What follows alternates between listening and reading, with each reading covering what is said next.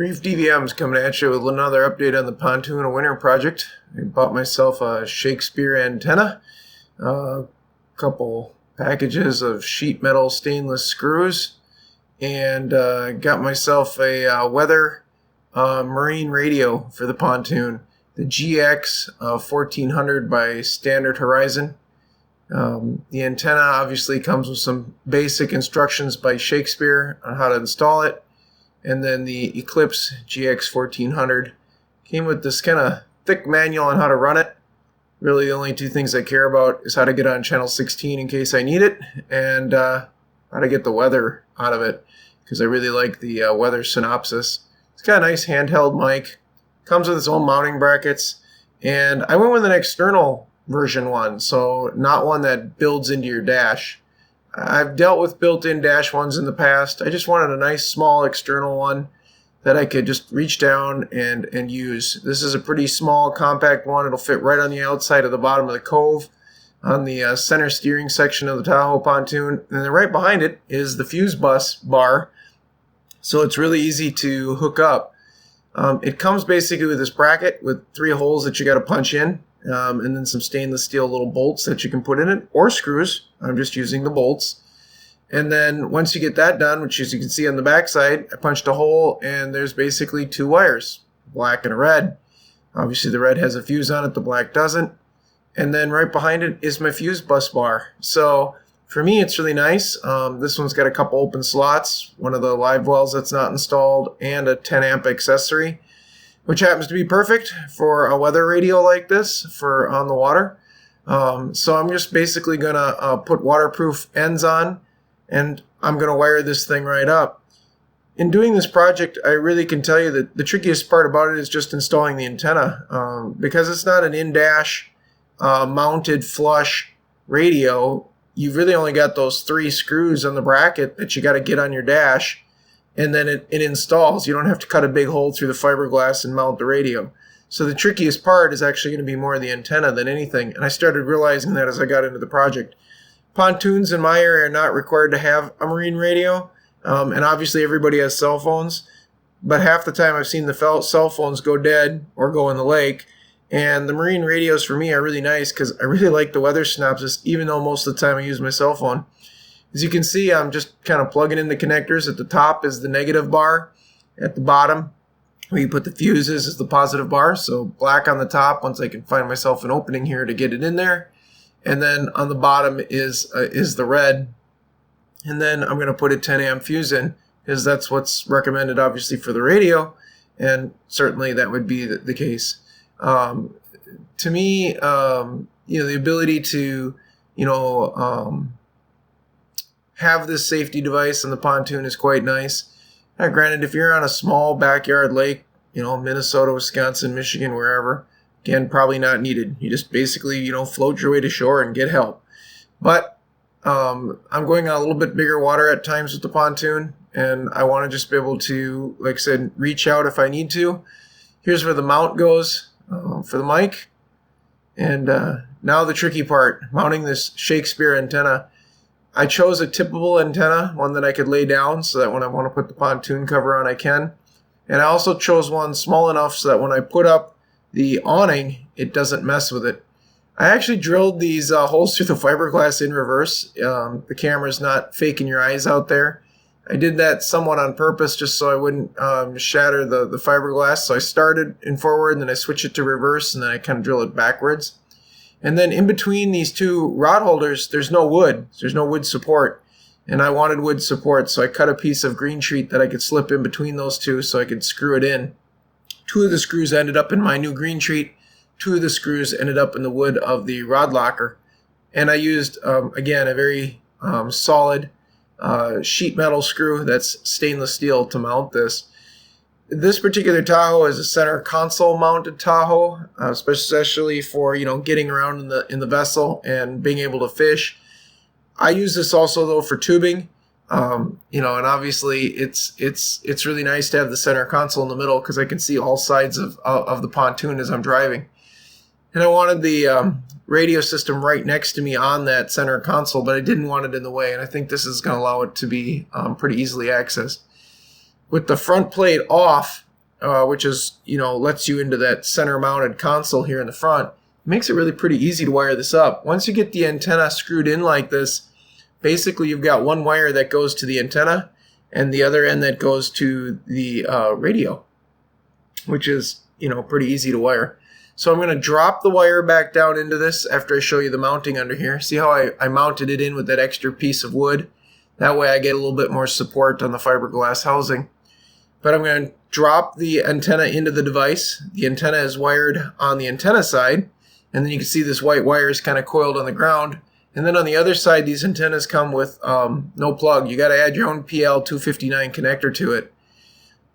You can buy them with the connector, but either way you still have to do it. And since I didn't want to screw it up, I put the whole connector together before I soldered it, just so I can get an idea. It did come open-ended like this, so it's kind of all set to go. But to be quite honest, folks, as I went through the process of putting this PL on so that I could connect it to the back of the marine radio, I realized that the way they trimmed it, the way they soldered it, and kind of left me the end for easy hookup, as they say, it's kind of crappy. I really didn't like it at all. It seemed like the solder was breaking free, and like their sheeting material wasn't pulled back nicely, and it didn't look like it was even cut to the right length. So, obviously I can understand that to a degree. It's probably done real quick in the factory, and it's made for hooking up to so many different types of numerous style of radios that, they're probably not so caring. So I tried to flatten it out and tried to redo it a little bit.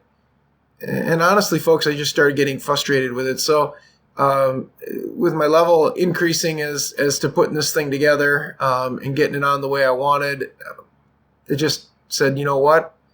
I think I'll put it all together quick just to make sure everything goes on it, all the little washers and stuff, and it screws together right.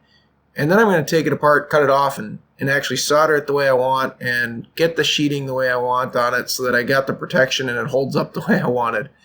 So that's basically what I decided to do. Instead of just, again, plug and play like they had kind of indicated you could do with this, I decided to kind of redo it. So at this point, again, I haven't redone it yet. I'm just putting it together, understanding where things go and how it could solder in if you wanted to just quick finish it right here, right now, just like it is. But again, that didn't really jive for me. If I'm going through the effort of, drilling holes, mounting the radio, mounting the mic, getting a nice antenna that fits under the canopy and I can move around and I can lay it down when I want to go into winter storage, I'd really like it to be nice. So again, strip things off, start over. That ended up being my methodology. As far as the whole process also to put this marine radio in, it took me maybe about 15-20 minutes to unscrew the front panel, get the bracket for the radio itself on, probably about a half hour to get the antenna where I wanted drilled in, mounted, and plated into the wood. And then this process literally took me probably about 15-20 minutes to figure out I didn't like it. And then, to get it cut, trimmed, put back, and resoldered the way I wanted, probably about another 30 minutes. So what I thought was going to take maybe an hour or two, by the time I got done, I'd put 3 to 4 in it. There's no lie to that. It really wasn't quite as simple as I thought it could be. Now, granted, it also depends upon what your vessel, what your boat is. If you got a boat where you're laying down underneath your steering column trying to do this, it'd be a real pain in the butt. Thankfully, pontoons have pretty good access to their helm area. They got nice fuse blocks, which makes it nice. So here you are, folks. I put the whole thing together, and I'm taking it apart, redoing it. So I just stripped it. I see where I want the metal to be lengthwise, and I'm going to resolder this whole piece of tip here. And then I'm basically going to get the sheeting back the way I want it, put my washers back on it, put the device together, solder it on the sides, solder the tip completely solid, make sure I got a rock solid connection, and then I'm going to hook it up to the radio. So you can see I'm just trying to get this done. Camera angle may not be the best to show the solder here, but you can see it's melting on, and I'm going to eventually get a really nice solder on this.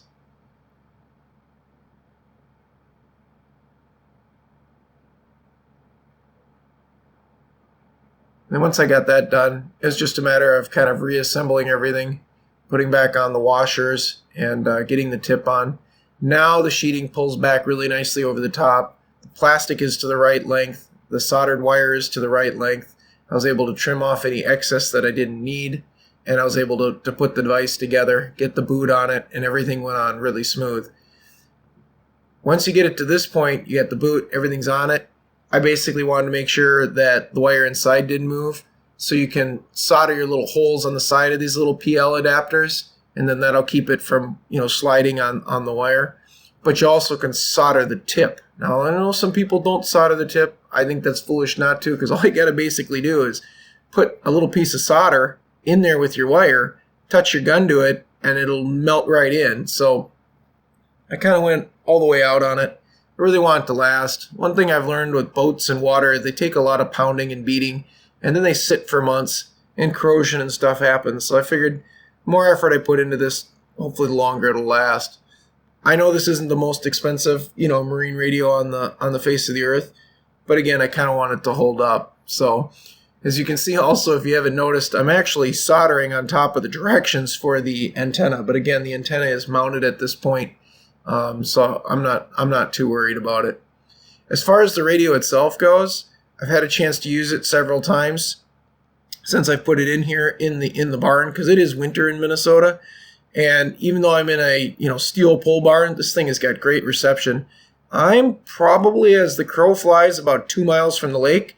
I'm about 6 miles from the landing, and I've managed to pick up people on the lake. I don't exactly know where they are in the lake, but inside my barn, inside a steel structure, I'm able to turn this thing on, get 4 or 5 weather channels, and pick people up on the lake. I thought that was fantastic. At this time of year, to be able to pick somebody up on their snowmobile frequencies or on their other marine radio channels, I thought that was good. This radio has quite a few channels on it, which is nice, and I do like that about it also. I went and bought this radio technically on Amazon, but I got to see it first in a couple of the stores that are sporting goods stores around the area. And in my neck of the woods, there's the redone Gander stores that are now kind of owned by Camp World, and then there's the Cabela's stores, and then there's some private guys. See, I've got a piece of solder stuck in the top of this, guys, and it's just sitting in there alongside of my wire, and I'm just going to melt that sucker right down onto it and make this into one solid plug.